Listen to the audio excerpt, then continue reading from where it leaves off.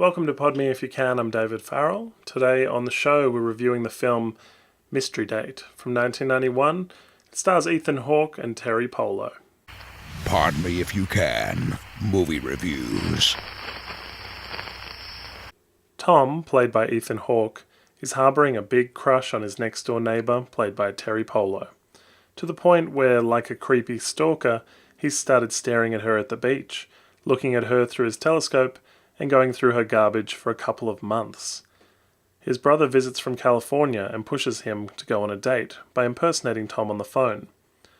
As they've never met, for her it will be a mystery date.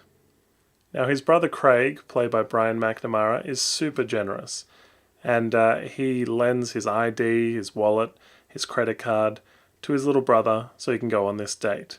So from the start I was wondering what his ulterior motive was. Terry Polo is 21 years old from when this film was made, and I only knew her from Meet the Parents. Ethan Hawke is his boyish best, and very charming and lovable here. The casting is on point for 1991. They really sell the film and make the best of all the plot devices work. The thing is, within the plot, the question of how did you get my number, the answer of which is digging through the trash, and how did you know where I live, the answer of which is I looked through my telescope and stalked you, are never really asked by Gina, who Terry Polo plays. Instead, she asks some brief, superficial crap about the last novel he read and who his personal heroes are. So shenanigans, of course. One body in the boot becomes two, and the hijinks continue throughout the night. It's very amusing. Terry Polo's character Gina is oblivious to the constant danger and almost all of the subplots going on around her. I watched this with my wife, and she found it so funny that they kept going to venues and Gina kept not eating. She was saying, I would be really hungry at this point, but she just kind of smiles and goes with it because she's got this real bohemian citizen of the world kind of thing going on. She's just happy to be out and about. Now where Mystery Date falls over for me is that Tom is essentially out there pretending to be his brother Craig, and everybody who has met Craig before seems to have either forgotten what he looks like or think that Tom is Craig McHugh.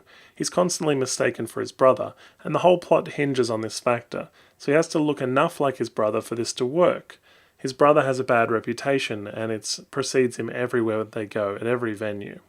Now this is where the film fails, unfortunately, because there's a scene where Ethan Hawke's character gets a haircut, and we're supposed to believe that they now conceivably look like each other, that now there's so much of a resemblance, because he's wearing his suit and driving his car, and he has his ID, and now he has his haircut.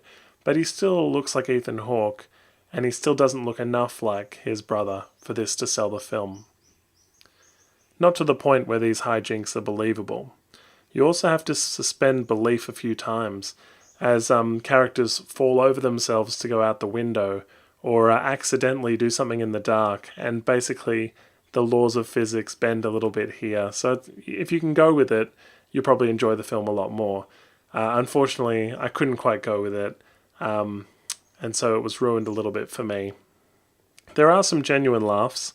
One of my favourites was when this mafia fighter says, I'm going to kill you with this sword that's been in my family for 30 years, and he swings it at Ethan Hawke's character, and Ethan Hawke's character pulls a weight and blocks the sword, and the sword snaps, and he just goes, you asshole. He's just genuinely annoyed by what's happened.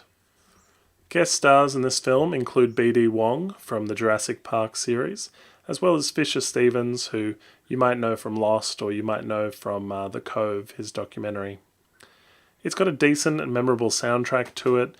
Mystery Date features the music of Seal, the song Crazy, and it features 3 different songs from INXS, which kind of make it feel more modern and classic and timeless, I suppose, than maybe a lesser soundtrack would. Mystery Date, 1991 was a long time ago, but it does hold up. It's pretty funny, pretty enjoyable. My experience was improved by the fact that my wife was enjoying it so much. And it's a mystery drama kind of rom-com. It's got a lot of laughs, and I enjoyed it, and it's probably worth a look if you can find it. Thanks for watching. If you like what you see, please hit the subscribe button. Like us on Facebook and follow us on Twitter. Check out our podcast at www.podmeyifyoucan.com.